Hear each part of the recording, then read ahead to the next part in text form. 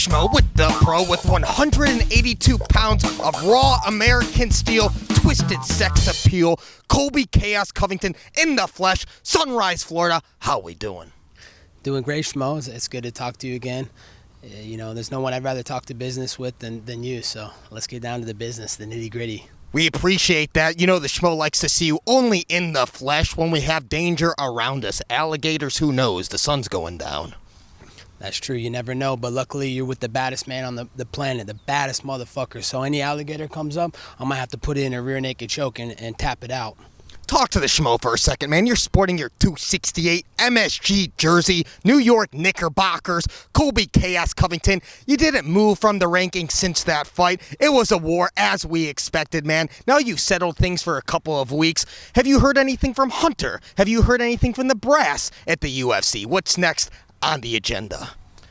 Yeah, so my people have been in touch with the people over at the UFC with Hunter and everything, so something's going to get worked out. Big business is going to be taken care of in early 2022. Probably the first quarter is what I'm hoping for. And, you know, things are looking up. You know, Madison Square Garden, I just sold it out, 4th highest gate in the history of the Garden. That's the Mecca. That's the best and biggest sporting arena in the world. So to sell it out, you know, and have the 4th highest gate all the time is like very humbling to me and a huge accomplishment. And then on the other flip side, you know, I got to run it back with Marty again and fight him, you know, for 5 more rounds. And, you know, just because, you know, the judges decided to give him the fight by one measly round, 3-2, you know, people around the world, the millions of people around the world, and the people, the 25,000, 30,000 screaming people on their feet in Madison Square Garden, they really knew who the champ was. They know who won. So, you know, I feel like I went there, I took care of my business, and you know, Marty knows I ain't finished with him yet. There's still unfinished business. I'm going to still keep looking for him. Unless he retires from the sport, I'm going to be looking for him, and I'm coming for his head. Every time I fight him, I get better. So I'm still making improvements in my game every day. So we know the trilogy fight's on the mind of Colby Chaos Covington. What's it going to take to get there? The Schmo's been calling for this fight for over a year. You and Jorge Masvidal, the ultimate fighter. Why not make that happen? Or do you think something else is in the cards? Yeah, you know, I'd love to make the Ultimate Fighter happen. I think that's the biggest grudge match the UFC's ever had. It's just too personal, you know. We were, you know, too close, and just the angle is too good and too juicy. And, you know, he said a lot of things in the media, so he needs to be held accountable for the things he says. Anytime, you know, he knows he doesn't have to fight me, he's running his mouth to the media saying these reckless things. But then when he knows he might have to potentially fight me, he dick tucks, and he goes and hides in the corner like a little bitch, you know, like my little son, you know. He was always my Robin. I'm Batman. So, you know, Jorge Masvidal needs to stop hiding in the corner like a little kid and come out here and take this ass whooping. Just let me end your career once and for all. And, you know, biggest thing is I want to make sure that his ex-wife gets paid. You know, Maritza, the woman that he used to cheat on all the time, that he tried to erase the internet from, I want to make sure she gets a nice little paycheck after I whoop her ex-man's ass. So this man was supposed to fight Leon Edwards. He had to pull out of that fight for injury. Is Leon Edwards most deserving of a title shot, or do you think he's got to fight somebody else to earn that? Yeah, Edward Scissorhands hasn't earned anything. You know, he needs to go run it back with the guy he kept eye gouging and should have been DQ'd from. So, you know, that guy hasn't earned anything. He hasn't, you know, won these top-level contender fights to earn a title shot. So he's still got a lot of work to do. And he's a nobody. Nobody knows who he is. So people know him more for Edward Scissorhands and Leon Scott than they do for his actual first name. Well, the guy he was eye gouging was Bilal Muhammad. He's fighting against Stephen Wonderboy Thompson this weekend at Fight Night. Do you think the winner of that fight's more deserving than a Leon Edwards to get a title shot? You know, no one's, you know, these guys are jobbers, you know, they're undeserving of, you know, being in the same room with greatness. So these guys, they haven't earned and deserve anything. When you're 50-50 over the last couple of years, you know, that's not a good resume that earns a title shot. You're not at the top of the mountain. So those guys are nothing more than journeymen and gatekeepers. So, you know, we shouldn't even be talking about them in the conversation of championship level. So what does a guy like Khamzat Chimaev have to prove to earn the right to step inside the octagon with Colby Chaos Covington? He needs a couple ranked wins, you know, a couple top 10 ranked wins, you know. Has any of the guys he's fought in the UFC, are they even still in the UFC? They're not ranked. Yeah, they're not ranked, you know. I mean, who knows if they're even still in the UFC? I mean, come on, man. Let's start beating some top-level real competition, and then we can start talking about fighting the best fighter in the entire world. So, you know, he earns his way up there. He'll get his ass spanking and get kicked right back to the bottom. The Schmo sees you holding some awards. It's award season. It's December. What you got for us, Chaos? So, Schmo, you know, it is awards season. It's the year-end awards that the media loves to do. And we all know the media and the clickbait merchants and all the jobbers, you know, they're eating Cheetos on their mom's couch.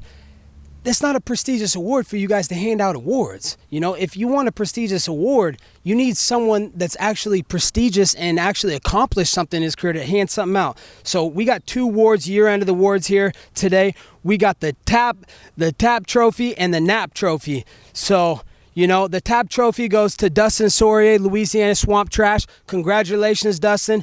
You tapped. I mean, there was a lot of great taps this year, but the way you quit and put your head on the mat and got tapped out like a little bitch that you are, that was amazing. So all that reckless talk about you saying it was on site, you know, this and that, name the site, bitch. Let's do this, man. Bring your Jezebel, the wife. Bring that little kid you use as a prop, and let's run this. Stop scamming people with your fake charity, and let's fight, man. You got to be held accountable. But you know, you've always came up short in the big moment, Dustin Poirier. So here's your opportunity. You get a championship from Colby Covington for year-end awards for the TAP award. And next, Schmo, we have the NAP award. This is a very prestigious award because the NAP award, you know, like, it's very special because not a lot of people get to take a nap in the octagon. And this goes to Street Judas, the fragile guy, Jorge Masvidal. You're welcome, Street Judas. You got the NAP award. Has he even woke up yet still, Schmo, or is he still like in another dimension? Well, the Schmo, this is the first time we have an athlete doing an award ceremony here. It's about damn time. You starting a trend here, Chaos Covington. Thank you, Schmo. And I want you to personally hand these to Dustin and Jorge because everybody knows if I get in the same room with them, I'm just going to tear them to pieces and break their faces. So I know that I'm not going to be able to come in close to them, but they should be happy. They finally got the championship that they've so long strived for. Well, before the Schmo gives you something, we appreciate the trophies. Thank you very much. But where does this beef stem from with Dustin Poirier? Were you the guy that was helping him out getting ready for Khabib? I can only imagine that with your wrestling background. Where does this whole thing stem from?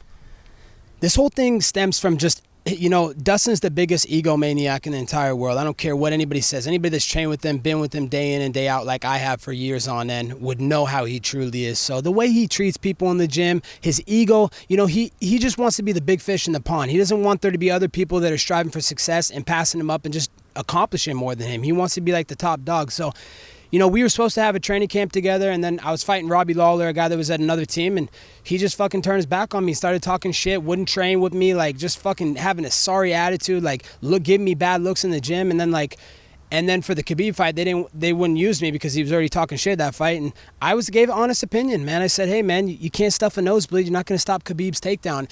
And he took it personal. Dustin got up in his feelings. He started crying, you know, like the little Kleenex winner he is, you know, because every time after he has a fight, you see he has a Kleenex and he's crying, oh, I didn't accomplish my dreams. 25 minutes paid in full. I deserve this. I'm Louisiana Swamp Trash. So, you know, that's what it all stems from. And it's so personal. Like, this isn't about the rankings. You know, he's the number one at lightweight. I'm number one at welterweight. But to be honest, Schmo, we weigh the same exact weight. He probably weighs 5-10 pounds more than me. We used to step on the scale every day. And Dustin was like 185, 190. He was bigger than me. I'm like 182, 185 max. So it's not like I'm picking on a guy in a different weight class like maybe some people are going to say. I'm picking on a guy that said it's on site in the media. He said, when I see Colby, it's on site. So I want to keep these guys held accountable for their street cred because they're talking all this shit in the media, but then when it's time to do business and get in the cage and actually fight, they're nowhere to be found. So, Dustin, you're a fucking coward. Your wife's a hoe, and she has fake tits on her chest, and you're a piece of shit father. Well, on a lighter note, earlier today, the Schmo was at Khabib Nurmagomedov's press conference, the Eagle FC. They are announcing a 165-pound weight division. The Schmo's got to ask you, Chaos, would you ever fight in a 165-pound weight division or a 175-pound weight division? Because it seems like they're all going to do that over there, increments of 10. Yeah, 165 would have been always my best weight class, or 162, somewhere around that weight class. There's a wrestling weight class that they have. It's like 74 kilos or something, 163 right in there. And that's like the perfect weight for my body. 170, I'm kind of a little small. Like, I don't have to cut a lot of weight. It's easy. But, yeah, that'd be a great weight class to fight in. I know they teased it for a while in the UFC, but they haven't been able to make it happen. But the biggest thing is I'm not scared to fight in my real weight class. I don't have to be a bully like Dustin Poirier who has to bully littler guys. You know, I'll fight at my normal weight class, and I'll go fight there because I'm the best in the world. And there's not anybody could do, not anybody on the other side of this screen, not anybody in the world. Even Cameron Usman knows he can't stop me. Nobody can stop me. Well, the Schmo's got something that can't stop you but can only support you. Right over here, we got some underwear for you. Sheath underwear, don't want to drop it. Right here, Robert Patton, support our troops, Iraq War veteran. This has a separate patch for the balls and the shaft so you can go out there with the bang, pun intended, of course.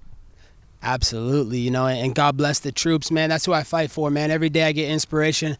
I put in 3 hours of training today thinking about future business in the first quarter of 2022 in the UFC. So I'm fighting for these people that have been, veterans of this country that have served and sacrificed for our freedoms here in America. So God bless, your friend Robert for starting this company. God bless all the military. God bless all the first responders out there. Thank you for keeping us free here in America. And that's right. And never have those balls stick to the side because it separates the balls from the shaft. It sounds weird, but they're comfortable. Mr. Chaos. Can we get a final message for all your fans out there worldwide? Yeah, 2022 is going to be the biggest and baddest year you've ever seen from me. I'm getting better every single day. I can't wait to come back in 2022. I mean, set it up. Dustin and Jorge in the same night, guaranteed. I'll start out the main card and I'll finish the main card with those 2 American tap team fighters. And he's iced out. That's a very nice chain there, Mr. Chaos. Iced out, they call this the Lex Express. You know why they call it the Lex Express? Because all my girls are like, it's so icy that they can come rollerblade on it and do ice skating lessons on it. So, this watch costs more than any nerd or virgin that's watching this. More than their car, more than their house, more than their whole bank account. So, iced out from the head to the toe. There you go, baby. Earn that cash. He's the pro. I'm the schmo. Sunrise, Florida. We're out.